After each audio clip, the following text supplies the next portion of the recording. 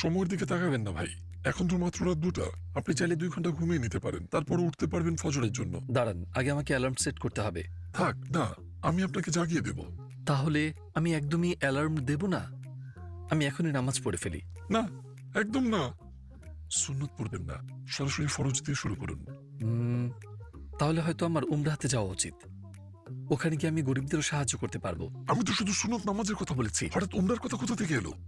ভাই, আমি যা ধার নিয়েছিলাম তা শোধ করে দিচ্ছি। আমি একটু দেরি করে ফেলেছি, সত্যিই দুঃখিত। এটা একদমই মিথ্যা। সে তোমার টাকা মেরে দিচ্ছে, ওর থেকে জোর করে টাকা আদায় করো। ভাই, আমি তোমার সব ঋণ শোধ করে দিচ্ছি। এই নাও $5,000। না, দাঁড়াও, এই নাও আমার ক্রেডিট কার্ড। এটা নাও ব্যবহার করো যে কাজেই তোমার দরকার হয়। তুমি এটা কি করছো? আমার মাথা যাচ্ছে তাই হয়ে যাচ্ছে, আল্লাহর কসম। তুমি কি আহমেদের নতুন গাড়ি দেখেছো? অফিসের সবাই ওকে পছন্দ করে। আর তুমি কি একজন ব্যর্থ মানুষ? তুমি কেন ওকে হারিয়ে দিচ্ছ না?